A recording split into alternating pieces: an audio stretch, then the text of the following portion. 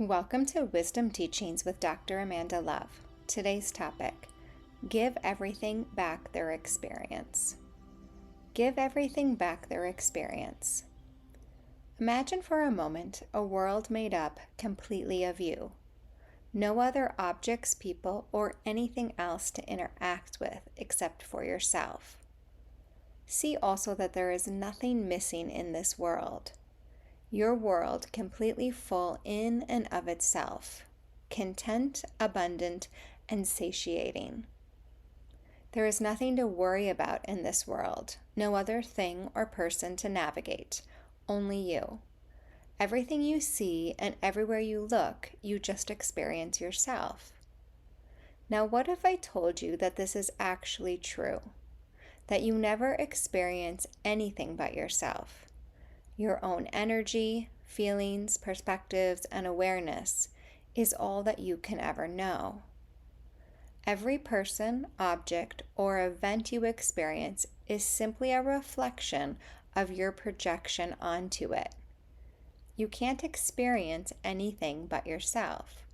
You can only experience your definitions, ideas, feelings, and energies of whatever it is you perceive. So while there are others and there are objects, you never experience them directly. Now, this might seem theoretical to you or like some spiritual mumbo jumbo, yet I assure you that it's not.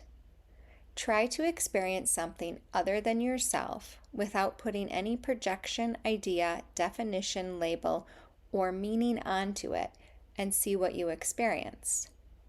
Likely, you won't experience much except pure being, which is exactly what you are. You might have sensations, but those sensations are simply an effect of having a nervous system that can sense. There isn't anything inside of you for you to experience except for yourself. While this is quite obvious, at the same time, we've been very conditioned to believe that we can experience something other than us. What does this all mean? It means that there is no one inside of you to experience anything but you. So therefore, you can only experience you. So while it might seem that it's possible to experience someone or something else, you can only experience your version of them inside of you. This puts you squarely in the driver's seat of your own experience. If you are experiencing something other than your preference, it's because that is your choosing, not because something inside of your experience is making you feel this or that way. This puts the victim in you completely out of commission. You are not subject to anything but you. No longer can you say you feel this way or that way because of this or that person or thing. You can only say, I feel this way or that way. Many people won't claim this much ownership for themselves, yet the ownership is still theirs. You can give away your power to feel as you choose onto your definitions of persons and things, yet you can't actually lose your power. It's always there for you, in you, and as you. While I can tell you all of this stuff, it does nothing unless you know how to apply it. This brings us to integration, or the how of experiencing the power that you are. I could easily say that the how is simply in being yourself, but you may not find that entirely helpful. There are a few practices that you can do if you want to more clearly see that you are all that you can ever experience. One practice is to see and treat everything as you. Every interaction you find yourself inside of, consciously choose to see that person or thing as you. How would you interact or treat yourself? Or how would you want to treat yourself? Now give that same attentiveness, care, and compassion to everything you interact with. If you don't find that pointer helpful, then you can try the practice of defining everything and everyone as the same name. Give one name to all of your experiences, and you will begin to see that one definition throughout your day as you interact with people and objects that you do. Through seeing everything as the same, you will see that you are the same, sameness, and therefore all there is to experience is that. Another practice is to give everything back their experience. What I mean when I say that is that so often we are taking on what we think other people are thinking or feeling. While they may be thinking or feeling what we think they are, we actually really don't know. That is, unless we ask them. Even if we do ask them, they may or may not be honest with us, particularly if they think they will upset us by sharing their truth. So we project something onto them.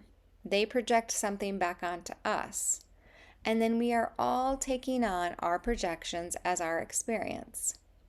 The taking on aspect of our projections usually means that we are attempting to manage, control, figure out, release, dissipate, or get rid of something we view as unpleasant or undesirable.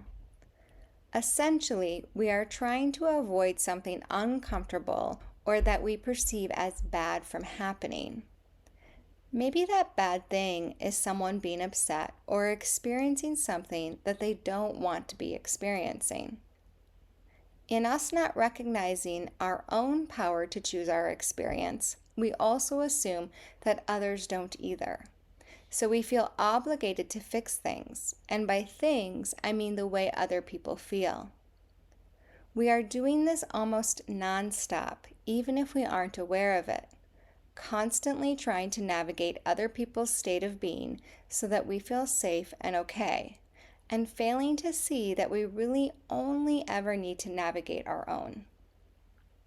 You can only ever experience your own state of being, whether that state of being includes projections of what you think is, or just includes the purity of your being without any projections.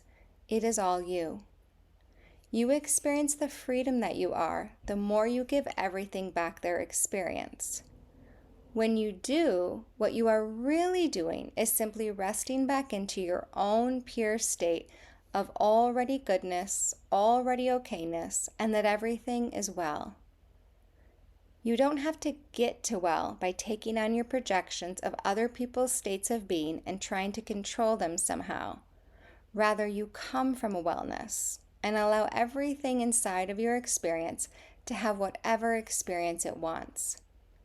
You give power back to its rightful owner while simultaneously taking yours back, each being fully responsible for their experience, as they already are. There is such a tremendous relief and freedom that is known when you give everything and everyone what is already theirs.